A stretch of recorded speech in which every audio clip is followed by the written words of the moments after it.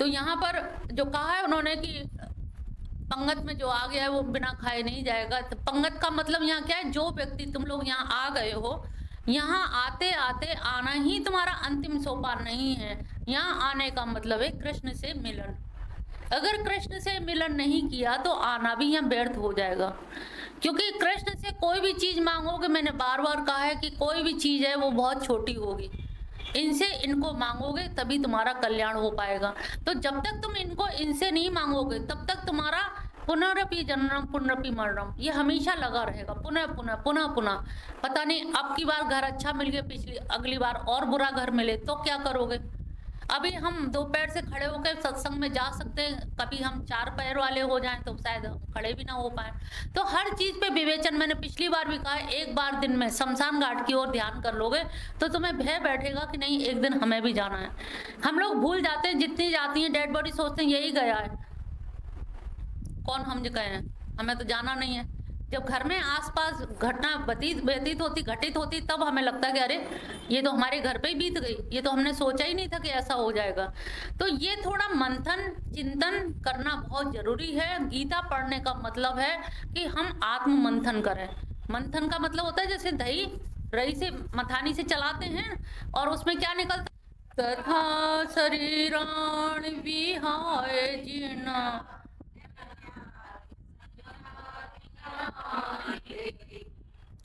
वासासी जीर्णा ने यहाँ पर अर्जुन को इतना हठवादिता देखी कि ये मानने को तैयार ही नहीं है, तो भगवान ने यहाँ पर बड़ी तुच्छता से जवाब दिया, अरे तू पागल, जिसको तो इतना मरना जीना ये सब सोच रहा है, वासांसी जीर्णा नहीं, तूने देखा फटे पुराने कपड़े कोई लादे फिरता है क्या, तुरंत उतारता है। नए कपड़े के लिए कितना उत्साह होता है, अरे आज जाएंगे मिशन में, नए कपड़े पहन, नई साड़ी आई है, सबको दिखाएंगे आज। पहनने का उत्सव, ऐसे नहीं भी आ रहे थे लेकिन कोई कह दे नई साड़ी मिलेगी तो चलो आज तैयार होकर चलते हैं। तो भगवान कह रहे हैं कि तू इस शरीर को जो सोच रहा है ये वस्त्र के बराबर है, इसकी औकात ज्यादा नहीं है, इसकी औकात केवल एक वस्त्र की भांति है और तू है कि इसको सोचे पड़ा हुआ है। अरे पागल कहीं के, ये देख तेरे जो लोग खड़े हैं, तू क्या चाहता है कि ये लोग मतलब स्वर्ग ना जाएं, यानी कि नया वस्त्र ना पहने। इनके जो सफेद जटाएं हो गए हैं द्रोणाचार्य की, भीष्म पितामह की, ये जटाएं कैसी हो गई सफेद जटाएं, इतना इन्होंने यज्ञ किया है, यज्ञ के धुएं से इनकी आंखें लाल हो गई हैं। बाल सफेद ऐसे ही नहीं हो गए, इनके बाल सफेद के साथ साथ इन्होंने इतना यज्ञ तप जप किया है कि जीर्ण शीर्ण अवस्था हो गई, झुर्रियां पड़ गई हैं, हाथ पैर कैसी नसें दिख रही हैं। तू नहीं चाहता कि तेरे गुरु और पितामह नए शरीर को पहन करके या अच्छे कपड़े पहन करके टनाटन हो जाए, क्या तुझे नहीं अच्छा लगेगा? क्या तू इनका विरोधी बन रहा है? भाई तू इनका विरोध क्यों कर रहा है? अगर तू इनको चाहता है, इनको अपना मानता है, तो तू भी देख कि इनको मुझे वस्त्र नए पहनाने में मदद करनी चाहिए। अगर हम इनको मारेंगे तभी तो ये जा पाएंगे। और ये भी सोच, इनका जो प्रारब्ध है, जैसे हम लोग क्या कहते हैं, अरे काल आ गया था, समय आ गया था, बीमार थी, कुछ भी नहीं थे लेकिन समय आ गया था। तो इन्होंने कहा हो सकता है इनका काल आ गया हो। और जब काल जो है, जीवन और मरण काल के अधीन है, बच्चा कब पैदा होगा, हम कब मरेंगे, ये सब किसके अधीन है? समय के। और समय किसके अधीन है? उन्होंने के आत्म तत्व के अधीन। क्या है मतलब, उसके आत्मा जो है काल का अधिष्ठान है।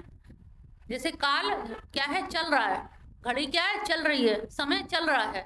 तो समय की जो गति है, तो गति काय पे होती है? हमेशा स्थिर तत्व पे। गतिमान होने का मतलब है स्थिर कोई चीज ऐसी है जिसके ऊपर घड़ी है, इसकी सुई घूम रही है, घड़ी नहीं घूम रही है। तो ऐसे ही समझिए कि हर चीज, हमारी भी श्वास प्रश्वास ले रहे हैं तो ये क्या हो रहा है, स्थिर है शरीर, तभी तो हम श्वास प्रश्वास ले पा रहे हैं। तो उन्होंने कहा कि हर चीज कहीं ना कहीं गतिशील वस्तु, गतिशील चीजें अगतिशील पे स्थिर है, कोई ना कोई नीचे मजबूती है। तो ये जो तू वस्त्रों को बदलने के लिए तू सोच रहा है, ये बड़े ही आसान जो काम है तो वो भी नहीं होने दे रहा चाह रहा है। और तू सोच नहीं रहा कि यहाँ पर अगर इनके वस्त्र नहीं बदले जाएंगे तो इनको नया जन्म नहीं मिलेगा। और ये सोच कि ये रण में आज आए हैं लड़ने के लिए, जो तू सोच रहा है इनके बारे में, तो ये तो पितामह है, ये भी तो तेरे बारे में सोच सकते थे कि अरे ये तो हमारा सिखाया हुआ बच्चा है, गोद में खिलाया हुआ है, इसे कैसे मारेंगे। जब वो नहीं सोच रहे तेरे बारे में तो तू क्यों सोच रहा है उनके बारे में? भाई तेरे सोचने का क्या औचित है? या तो वो भी सोचते, वो ज्यादा बड़े बुजुर्ग हैं, विवेकवान और ज्ञानी व्यक्ति हैं, द्रोणाचार्य तो ज्ञान के पुरुष हैं, गुरु हैं तेरे, और गुरु होते हुए भी वो नहीं सोच रहे कि ये अपराध होगा एक बच्चे को जिसको हमने लिखा पढ़ा के तैयार करके, और बल्कि द्रोणाचार्य ने तो तेरी वजह से एकलव्य का अंगूठा तक ले लिया। एकलव्य का अंगूठा काय के लिए लिया था? तेरी भी इच्छा थी कि मुझसे ज्यादा कोई भी धनुर्धारी इस जगत में ना हो, या तो तू इतना हट ना करता। जब तूने हट किया है, धनुर्धारी बनने का दावा किया है, तो उस दावे को सिद्ध करना।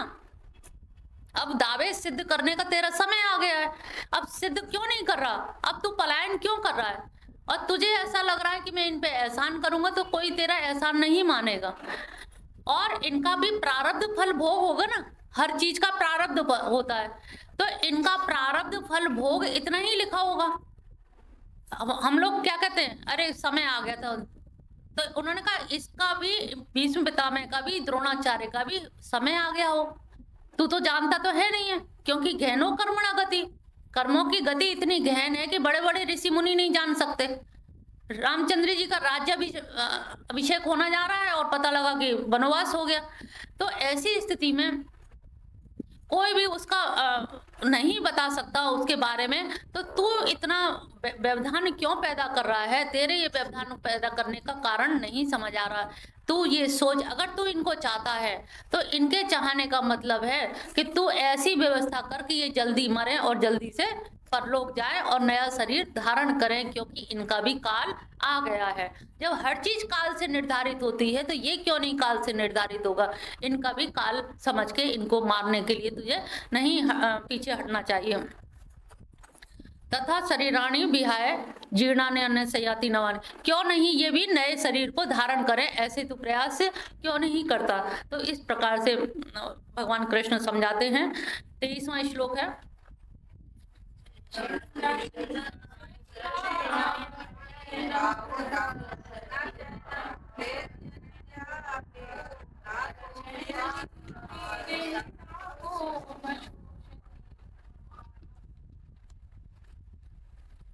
नैनम छिन्दन्ति शस्त्राणि, यानी कि शस्त्र इसका छेदन नहीं कर सकते। नैनम दहति पावक, और तो और पावक यानी कि वायु भी नहीं, अग्नि भी नहीं इसे जला सकती। ना चैनम क्लेद, और यहाँ की जो पानी है, आप माने पानी होता है, तो पानी भी इसको गीला नहीं कर सकता। ना शोषति मारुत, और मारुत हवा जो है, वायु भी इसको सुखा नहीं सकती। ये इतने इस तरह के विशेषण दिए हैं, आत्म तत्व के इतने विशेषण है कि उसको ना मारुत, ना पावक, ना आप यानी कि जल, उसको कोई कुछ कर ही नहीं सकता। तो यहाँ पर अर्जुन को एक शंका भी हो रही है, प्रभु कहीं ऐसा तो नहीं कि जब कुछ हो नहीं सकता तो कुछ नहीं, कोई चीज नहीं हो? आपने आत्मा आत्मा नाम की चीज बना रखी, जब हम देख नहीं सकते, मार नहीं सकते, काट नहीं सकते, गीला नहीं कर सकते, सुखा नहीं सकते, तो हो सकता है आत्मा शब्द में ही हो? कुछ शब्द ऐसे हैं जो है नहीं धरातल में, लेकिन शब्द है। एक तर्क कहता है कि जिस वस्तु के शब्द हैं तो वो वस्तु है, अस्तित्व रखती है। लेकिन दर्शन शास्त्र में कुछ शब्द ऐसे हैं, जैसे बांझ का पुत्र नहीं हो सकता, बांझ का पुत्र हो सकता, लेकिन ये शब्द है।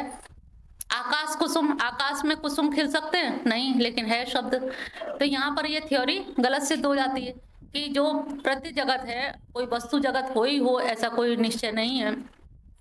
तो वही अर्जुन कह रहा है कि कन्हैया कहीं ऐसा तो नहीं कि आत्मा नाम की कोई चीज ही ना हो, आप ही ने बना दी हो, आप ही ने मन से कह दिया हो कि आत्मा है और उसे कोई मार नहीं सकता, तू भी नहीं मार सकता, सबकी पहुंच से बाहर है, ये कुछ नहीं, कोई भौतिक वस्तु कुछ नहीं हो सकती। तो उन्होंने कहा नहीं पार्थ, ऐसा नहीं है अर्जुन। दरअसल जो अग्नि, वायु, जल, ये सारी चीजों का जो नाम लिया है ना, ये किससे बनी है, किसके द्वारा उद्भूत है? पृथ्वी, जल, अग्नि, वायु, आकाश किसका है? क्या कहेंगे इनको?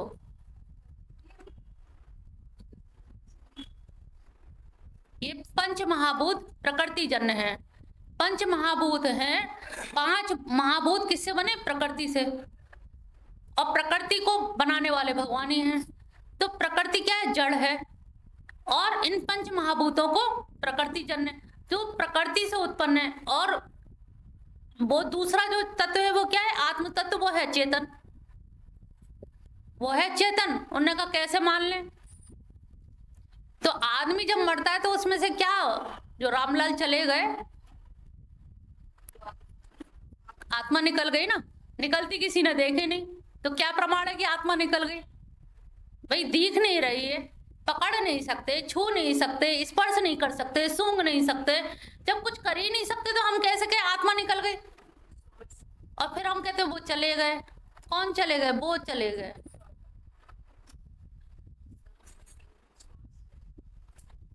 श्वास प्रश्वास ये जो है यही कृष्ण है, यही जीवंतता है, यही दिव्यता है, यही भवितव्यता है।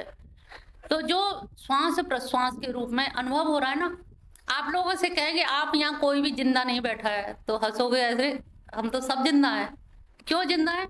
आंखें देख रही हैं, सूंघ रहे हो, सब काम कर रहे हो, तो हम तो जिंदा हैं ही भाई, इसे तो हम नहीं नकार सकते। कोई भी व्यक्ति स्वयं के अस्तित्व को नकार ही नहीं सकता। कितना भी खंडन मंडन करें, हम कहें तुम नहीं हो, तुम उतने दावे से कहोगे है हम हैं, पीट के कहोगे, हर हालत में कहोगे कि ऐसा कैसे हो सकता है कि हम नहीं, हम हैं भाई। तुमने देखा कि जब रात में कोई कहानी सुनाता तो हम कहते कि हुंकरा भरते रहना। क्या है हुंकरा?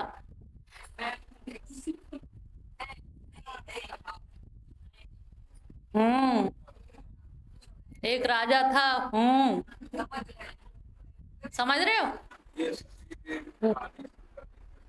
तो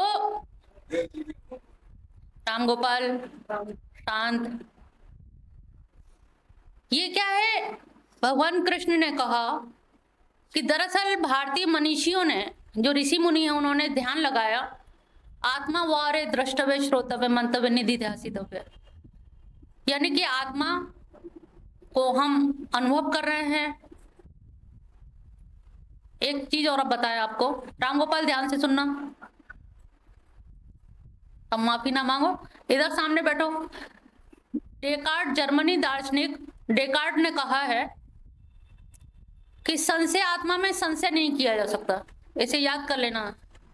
संशय आत्मा में, तुम्हारी आत्मा ने, अर्जुन की आत्मा ने संशय किया, डाउट किया कि पता नहीं आत्मा प्रभु है भी है कि नहीं, कहीं आप ही ने बना दी हो, शायद ना ही हो। तो हमारे यहाँ फिलोसफर डेकार्ट हुए हैं, जर्मनी दार्शनिक, उन्होंने कहा जो संशय कर रही है आत्मा कि पता नहीं आत्मा है कि नहीं, पता नहीं भगवान है कि नहीं, तो पता नहीं ये जो आत्मा बोल रही है, ये जो कौन बोल रहा है, इसको पकड़ लो। कल ये तो पकड़ में नहीं आ रहा, लेकिन बोले जा रहे हैं, तो ये कौन बोल रहा है, इसी को पकड़ो ना, यही है। कल पकड़ा कैसे? ये तो पकड़ में नहीं आ रहा। कल वही तो मैं कह रहा हूँ, तू पकड़, ये सामने दिख रहा है, तू पकड़ सके तो पकड़ ले। कल नहीं, ये नहीं पकड़ने में आ रहा, तो ये नहीं पकड़ने में आ रहा, तो वो भी नहीं पकड़ने में आ रहा, तो तू ये क्यों नहीं समझ रहा? खुद से उदाहरण घटित करके देखना, ये फॉर्मूला खुद पे घटित करके तू है कि नहीं है। अगर तू है और तू संशय कर रहा है, इसका मतलब संशय कर या विश्वास कर, तू तो है, तू है ना, बस इतना चाहिए। तू है तो आगे सब बात समझ आ जाएगी। तू है, इसको कहते हैं अस्थि प्रत्यय। अस्थि माने, अस्थि मत समझ लेना, हड्डी वाला नहीं, अस्थि माने है, यानी कि है मतलब है, यस मीन्स एग्जिस्टेंस, अस्तित्व।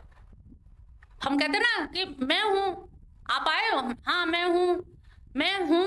अब इसमें से मैं क्या है, वो मैं क्या है, अहंकार, इसको हटा दो, मैं को हटा दो। तुम जब कहानी सुनते हो तो बार बार ये नहीं कहते ना मैं हूं, क्या कहते हो? हम कहते हो हुकरा भरते रहो, अच्छा जब हुकरा की आवाज नहीं आती हम झांक के देखते, सो गए क्या? नहीं, फिर एक नींद ले ली। तो यानी कि उसका अस्तित्व तो है ना, तो ये अस्थि प्रत्यय कहा जाता है, प्रेजेंस, एग्जिस्टेंस, ये प्रत्यय है, कंसेप्ट है कि अनुमान प्रमाण के द्वारा ये व्यक्ति चल रहा है, बोल रहा है, हुंकारा भर रहा है, इसका मतलब ये है। यहाँ बात है कि है, फिर हम है पे खड़ा कर दे नहीं है, नहीं है में नहीं हटा दो, फिर है। भैया तू कितना नहीं करेगा, फिर है।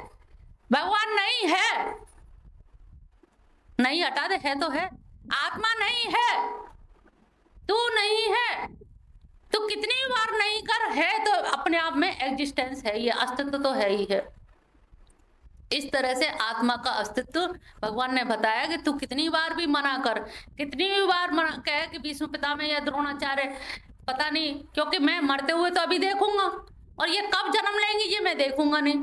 तो अब तू है, इस पे विश्वास रख कि तू है।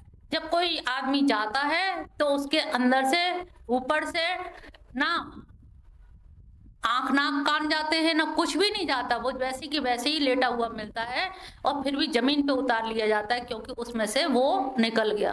वो जो तत्व है वो ऐसा तत्व है कि जिसका यतो वाचो निवर्तन्ते अप्राप्य मनसा सह, जिसकी बहुत सारे लोगों ने व्याख्याएं करने की कोशिश की, नहीं, बहुत सारी व्याख्याएं करने की कोशिश की, लेकिन उन व्याख्याओं में भी जब वो अपनी वाणी से कहने को, अरे बस बता नहीं सकते, अरे बताओ तो सही, अरे बस क्या बताएं, बस बस क्या बताएं, इसी में इतना, अरे बस कह नहीं सकते, अरे कुछ तो कहो। ये तो वाचो निवर्तन्ते अप्राप्य मनसा से, वहां तक वाणी जा करके लौट आती है, लेकिन वाणी से हम कुछ कह नहीं पाते। तो कुछ ना कह पाने की जो असमर्थता है, असामर्थता है, तो ये असमर्थता आपकी कैपेबिलिटी, और यहाँ पर हम कहें आत्मा को नहीं जला सकते, नहीं मार सकता, तो ये भौतिक वस्तुओं की असमर्थता है। अग्नि में इतनी ताकत नहीं है, दुनिया भर की चीज जला देगी लेकिन अग्नि आत्मा को नहीं जला सकती, ये भौतिक वस्तुओं की असमर्थता है। पानी गीला नहीं कर सकता, तो आत्मा की वो नहीं है, इसमें पानी की छोटापन है, तुच्छता है, अग्नि की तुच्छता है, वायु की तुच्छता है। तो प्रकृति जन्य जो वस्तु हैं उससे अप्रकृति जन्य नित्य आत्मा को नहीं जलाया जा सकता, नहीं सुखाया जा सकता। 24वां श्लोक है, अच्छेद्यो अयम अदायो अयम क्लेदो शोष्य एव च नित्य सर्वगत स्थाणु अचलो अयम सनातन। उसी के विशेषण है सारे के सारे आत्मा के, कि अच्छेद है यह, अदाय है यह, अक्लेदो इसमें जलाया नहीं जा सकता, गीला नहीं कर सकते, शोषित नहीं हो सकता, नित्य है, सर्वगत है, स्थाणु है, अचलो अयम ये सनातन है और अचल है, ये सब की सब उसके विशेषण है। और वही विशेषण फिर 25वें श्लोक में दिए हैं, अव्यक्तो अयम अचिंत्यो अयम अविकार्यो अयम उच्यते तस्माद एदम विदित्वेनम नानु सोचती महर्षि। ये अव्यक्त है, अचिंत है, अविकार है, इसमें विकार नहीं पैदा होता। विकार क्या होता है, जैसे जगत की जितनी चीजें सब में विकार पैदा हो जाता है, हम ही में विकार पैदा हो रहा है। बचपन में जो चीज थी वो आज अस्थि पंजर ढीले हो गए, फूल है सुबह शाम तक वो ढल जाएगा, दही है खट्टा हो जाएगा 3 दिन में, दूध है कल तक फट जाएगा। यानी कि विकार, जिस चीज में दूषित हो जाए, दोष आ जाए, उसका जो रूप है, जो वास्तविक रूप है वो समाप्त होने लगे, उसको हम विकार कहते हैं। लेकिन आत्मा जैसे जन्म के साथ थी वैसे ही मृत्यु के साथ भी वैसी ही रहती है, उसमें कोई विकार, कोई सड़ान, कोई दुर्गंध, कोई चीज नहीं आती, वो एज इट इज वैसी की वैसी बनी रहती है। तो यहाँ पर ये सारे इसके वो विशेषण दिए हुए हैं आत्मा के, कि उसके विशेषण के द्वारा हम जान सकते हैं कि इसमें कहीं कुछ हो नहीं सकता। तस्माद एवं विदित्वेन नानु सोचित महर्षि, तस्माद इसलिए, इसको जान करके तो उसको शोक करने योग्य नहीं है। जो इस तरह से इसको जान लेगा तो उसको शोक करने का कोई मतलब ही नहीं है कि भाई शोक क्यों कर रहे हो, किसके लिए कर रहे हो, जब मालूम है कि ये चीज इसका कुछ हो नहीं सकता। जब हो नहीं सकता तो इसके लिए शोक करना, और उन्हीं की आत्मा के लिए नहीं, किसी की भी आत्मा का ये नहीं हो सकता, ना तेरा हो सकता है वो तुझे मार दे, ऐसा भी नहीं है, और तू उन्हें मार दे तब भी आत्मा सनातन ही रहेगी, नित्य है, सनातन है, वो सनातन ही रहेगी, उसमें कहीं कोई फेरबदल नहीं होगी। इस प्रकार से इसको जान करके तू शोक करने योग्य नहीं है। जिसको ये पता लग जाए, जैसे कोई जीटी रोड पे एक्सीडेंट हो गया और हमने कहा कि देखो तुम्हारा कोई है, अभी अभी गया है बच्चा और वो शायद, तो भाग के जाएगी, जो माँ सुनेगी एकदम से दौड़ के जाएगी, और जैसे ही वो पास पहुंची उसने कहा रे ये मेरा नहीं है, किसी और का है। यहाँ से गई रोती बिल्लाती, हाय रे बचेगा कि नहीं बचेगा, और जैसे ही देखा झांक के उसने कहा नहीं किसी और का है। इसका मतलब दुर्घटना एक्सीडेंट अपने आप में दुखद घटना नहीं थी, मेरे पुत्र होने की दुखद घटना थी। मेरा है इसलिए दुखद था। मेरा सुन के भागी गई थी, लेकिन जैसे ही उसने जान लिया विदित्वेनम, जैसे ही इसको जान लिया, पता नहीं किसी का है, होगा किसी का। हम पूछ रहे हैं जगदोट किसका है, अरे पता नहीं है, हमारा नहीं, बस इतना हम जानते हैं। चैन आ गया उसे। तो ने कहा जैसे उस माँ को चैन आ जाता है जान के, तो अर्जुन तुझे चैन क्यों नहीं आ रहा कि ये सारे के सारे नित्य सनातन रहेंगे, इनमें कोई नहीं मरेगा।